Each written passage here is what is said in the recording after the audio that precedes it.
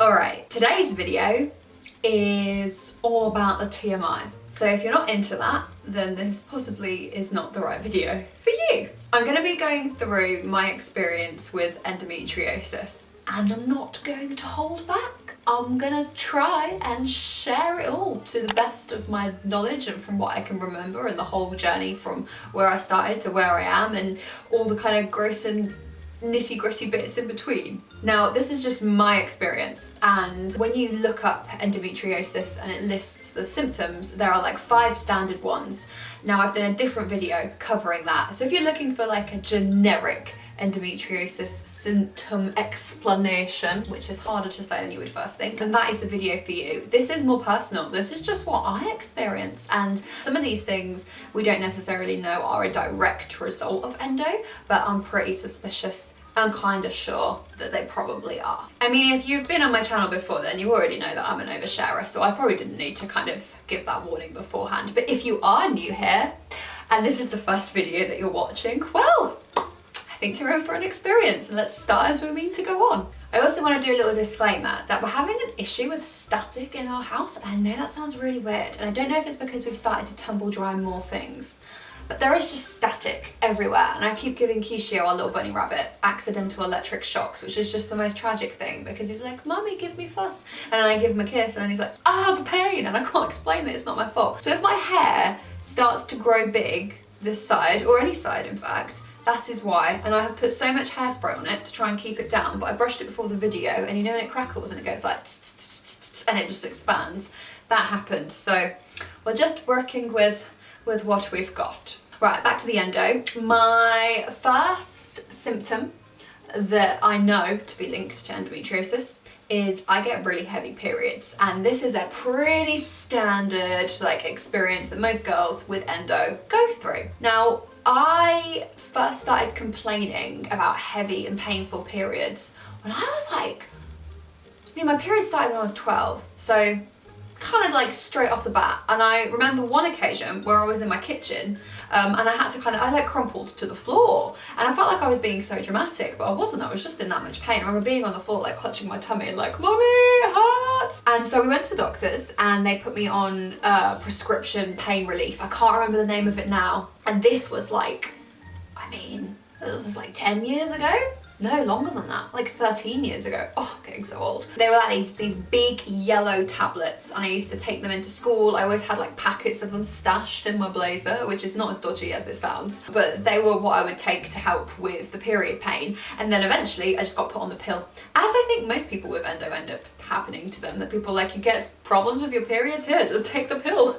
It's like a sweet, just take it. We don't care what's going on inside, just have the contraception." So yeah, I had that. I had my prescription pain relief, and I kind of like just got on with my life. The heaviness of the periods was a struggle, I guess. Another anecdote, and I warned you that I was going to be oversharing in this video, but I was on my period and I put a tampon in and I walked to my drama lesson. Now, I used to do drama classes, and these took place in like a church hall that was probably about a 5-minute walk from my parents' house. If that, like really, really close. You know, the class is at past, you can set off at 20 past, you'll make it in time. So tampon goes in, I leave the house, and by the time that I get to my drama class, and I still like can't believe this happened, but it is true, I had soaked through my tampon and I had to change, and I remember like feeling the weight of it and being like, oh, again, this is so TMI, but you know when you like fill a tampon and you can feel that it's like kind of pulling out of you because it's kind of sodden and too heavy, and it doesn't matter how strong your vag is at pulling it up, gravity's gonna do its thing. I remember that sensation and being like, "Oh my god, what do I do? This is so horrific." I can't remember what I did. I think I probably had some pads spare or borrowed something from a friend. I say borrow, I definitely didn't give it back, but I had something that was given to me by a friend or whatever, and I just got on with my day. But that's just a kind of example of how, as a young girl growing up, new to the world of periods, I was having symptoms which I just thought were normal for me, but actually now with hindsight, pretty sure are a result of endo. We continue on with the theme of oversharing. I get a lot of blood clots, which I think quite a few people get these. I'd be interested to know if you're the same, although you'd be hella ballsy to comment that down below, so I'm not going to ask you to do that, but I just would be like curious just to find out. But yeah, I get quite big, thick, dark blood clots, which again, like just normal. That's just like that's my period experience. But I did a little bit of research and I found out that lots of girls who get diagnosed with endo also complain about this. So I'm pretty sure it's going hand in hand. Okay, the next thing that I struggle with, which arguably is the symptom which impacts on my life the most, and one that I know Tris, my fiance, that he like struggles with, and that is chronic tiredness. Like, I am always tired. I use this example quite a lot, but in the last maybe, let's go with 10 years, I think I have had one day, and I'm not exaggerating, I think I have had one day where I've woken up and felt refreshed. Like I've gone to sleep, I've slept, and I've woken up and I've been like, wow, I feel so ready to start the day. Yeah, I don't get that. I like go to bed tired, I wake up tired, I spend my day tired. Like I am just such a tired person. And with that comes the fact that I always get colds. Like when I was going through school, it was a running joke in my friendship group that like Miranda always had a cold. I always had nasal spray because I'd get so congested. I couldn't breathe out my nose. Like my tonsils, I still so need to get those removed. They cause all kinds of problems. Like I am just a sickly, weak individual, and I'm pretty sure, and we don't know this for certain, but I'm pretty sure that I am like sickly and run down because my body is constantly fighting the endo and what's going on there. And imagine if you've just got a chronic ongoing illness, little things like colds, you know, your body's not going to fight that. They're just going to let them take their course because they're trying to manage something that's even bigger and more problematic. So when I get cold, I have a cold for like 2-3 months, pretty much from October to March is a write-off for me. I will just feel groggy. Like right now I'm talking to you and I haven't got my watch on. It's the 17th of January and my throat hurts, my tonsils ache, my head aches, I feel tired, I feel like just groggy. And again, I thought that was normal for people. I remember talking to my sister about it once and she was like, wait, she's like, hang on Miranda, you always feel ill? I was like, yeah. I kind of thought everyone did. She's like, no. She's like, I get a cold and then I have a cold for like 7 days and then that's it. I was like, you lucky sod. That's not me, I just always feel poorly. And it's hard on Tris because Tris lives with me. And imagine living with someone who's always like, I feel tired, oh I need to sleep, oh I need to nap, can we go to bed now? And he's the polar opposite. He's like the most energetic person in the world who never gets ill. So that's difficult for him because he just wants to like have fun with me, and sometimes I'm not that fun to be around because I need to sleep. Now that is not my fault and that is not his fault. It's just the reality in which we live. But if I could wave a magic wand and get rid of my tiredness, that is the stuff that dreams are made of. Now I've started having Floridix, Florivital, morning and evening in an attempt to help with the tiredness, and I do think it's like made some kind of improvement, so that's something.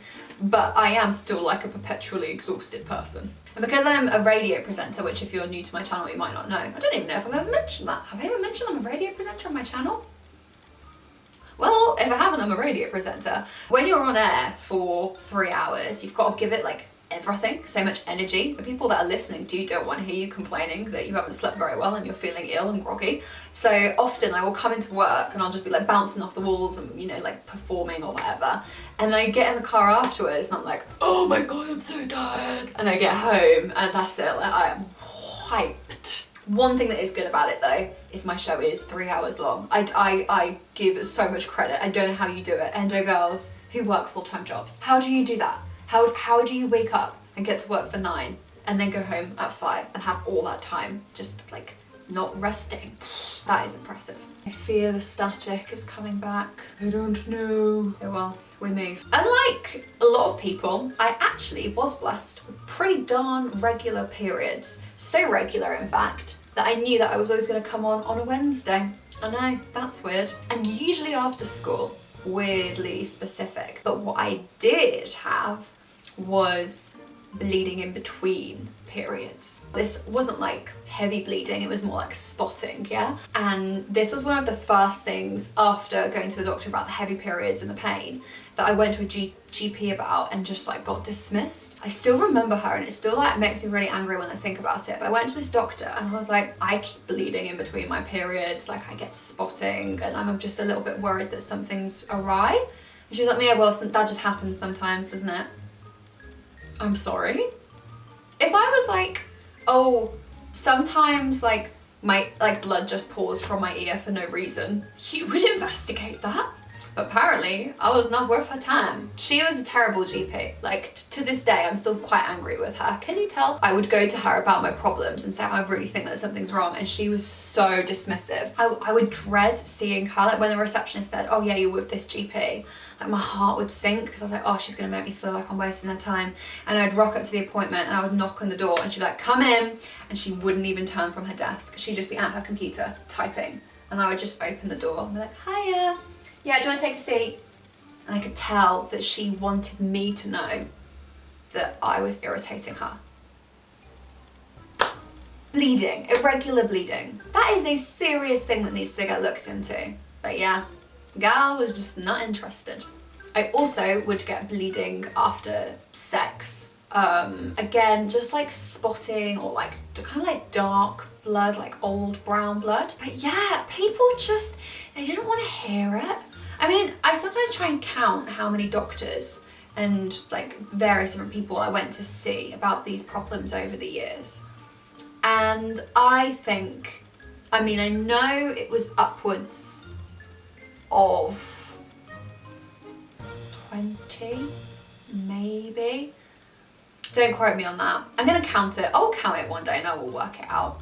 But it took me a long time to get a diagnosis and to be taken seriously. I mean, I had other doctors tell me, have you tried to just like not think about the pain? What the, like, what?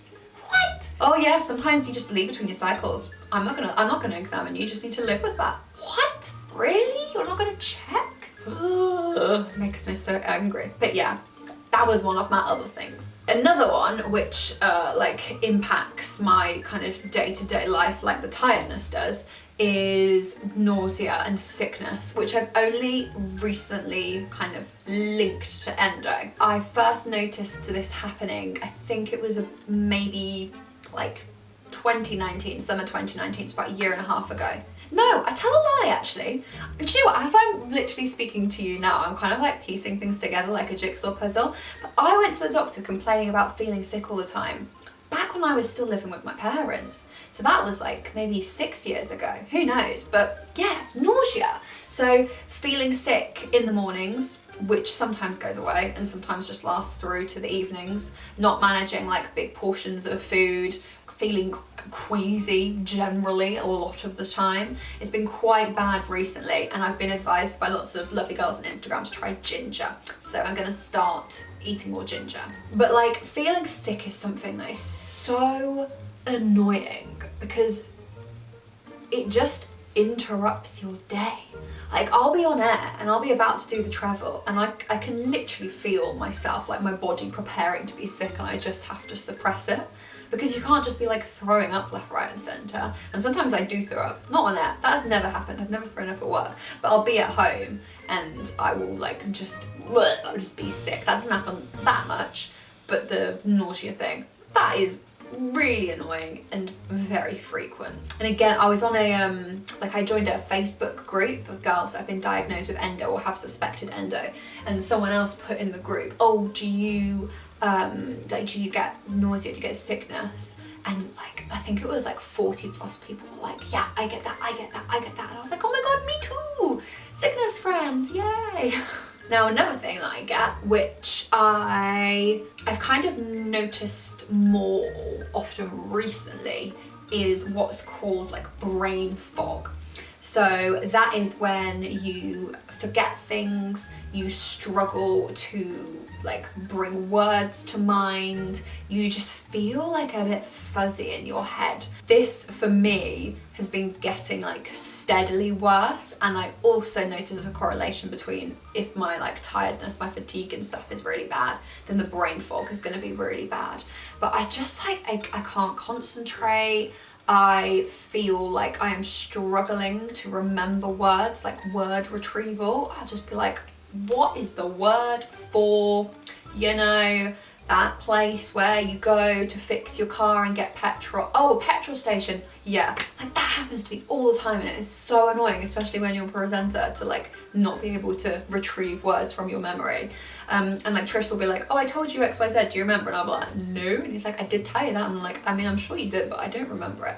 So brain fog is irritating, and lots of girls, I mean, if you go on the NHS website, they're not going to list brain fog as being one of the like symptoms of endo. But I personally think that if my body is fighting and struggling with everything that it has to deal with because of endometriosis, then my head feeling a bit like knackered and slow and not being able to process stuff so quickly, that makes sense. And then the final thing that I'm going to mention, and if you've got to this point, well done you, thank you. You're a little star and you have a strong stomach.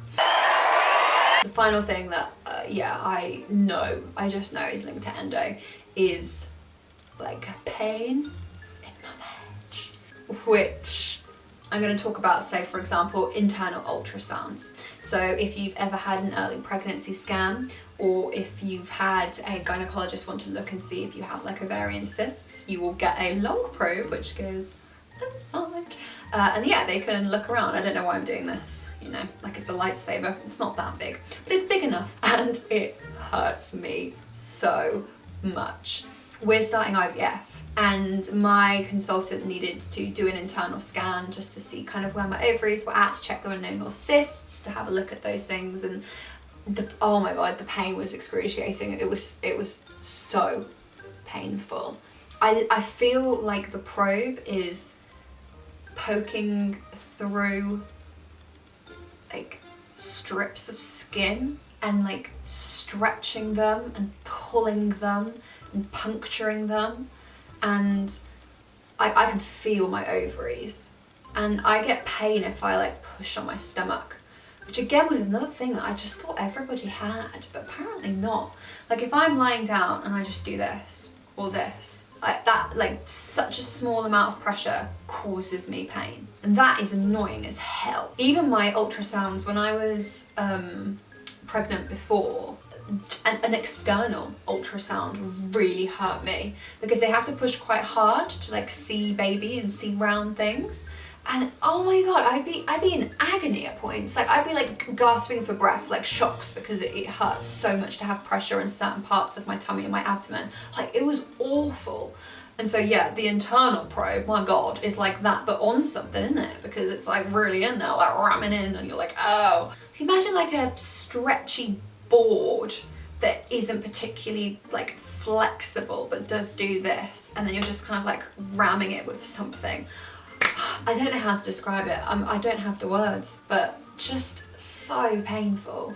So yeah, I'm sure that there are things that I have forgotten, and I might do a part 2 if I remember those said things and I feel like I want to explain a little bit more about them to you.